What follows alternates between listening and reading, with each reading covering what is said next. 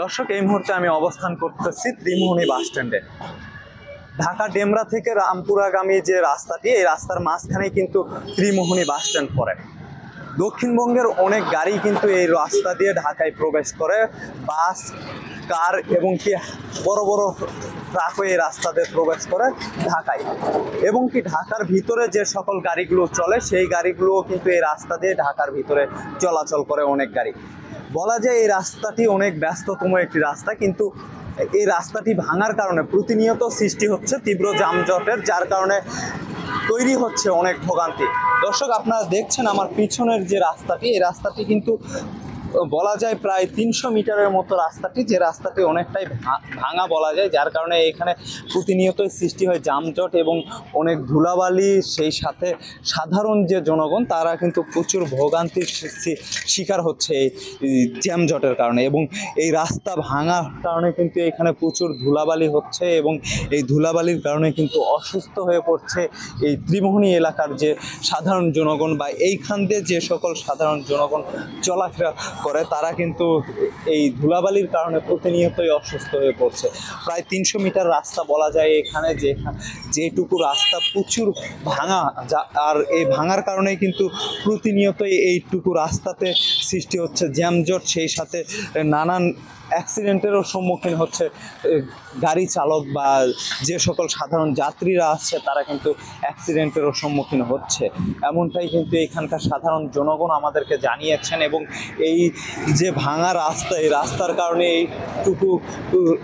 এইটুকু রাস্তার ভাঙা রাস্তার কারণে কিন্তু গাড়ি চলাচলেও কিন্তু তীব্র ব্যাঘাত ঘটতেছে। এবং এই আশেপাশে যে সকল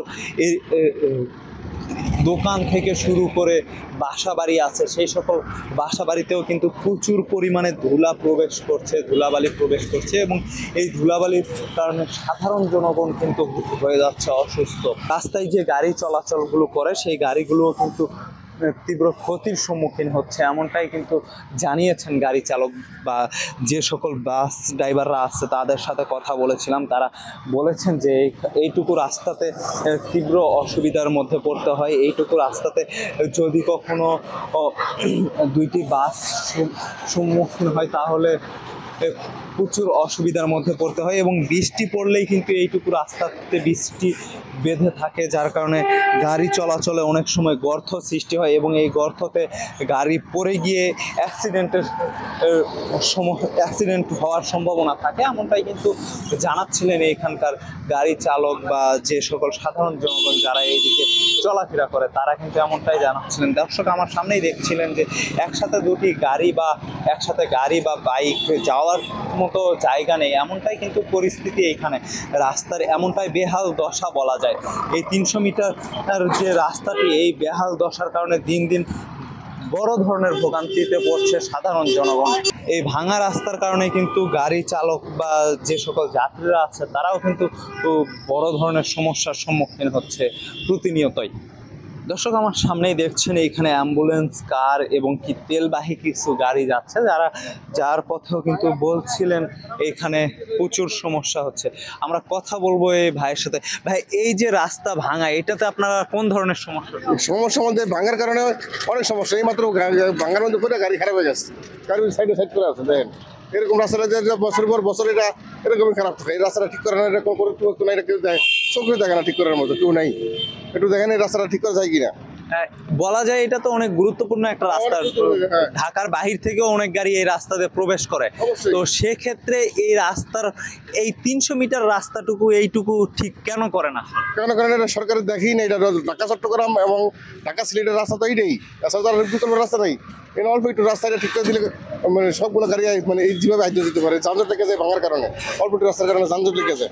রাস্তাটা ঠিক করে দিলে মানে সবার লাগে ভালো হয়। আপনারা যে গাড়ি চালাচ্ছেন, আপনাদের এই গাড়ি চালানোর পথে এটাতে কোন ধরনের অসুবিধা হচ্ছে? গাড়ি নষ্ট বা অ্যাক্সিডেন্ট? মানে নষ্ট তো আমি নিজেই নষ্ট হয়ে গেছি কিছু আগে। গাড়িটা রাস্তা মাত্র খারাপ হয়ে গেছে ভাঙার মধ্যে ঘুরিয়া।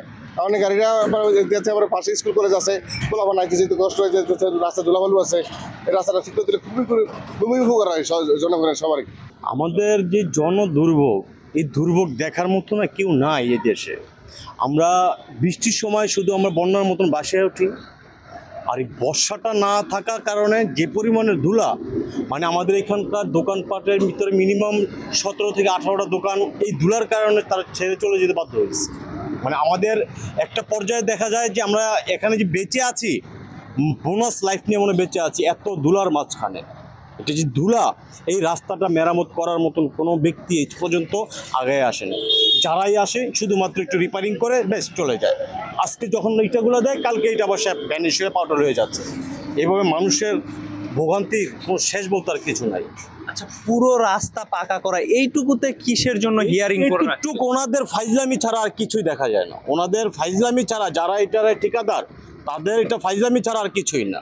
দর্শক, এতক্ষণ আপনাদেরকে জানাচ্ছিলাম ত্রিমোহনী বাস স্ট্যান্ডের যে 300 মিটার ভাঙা রাস্তা, এই রাস্তা সম্পর্কে।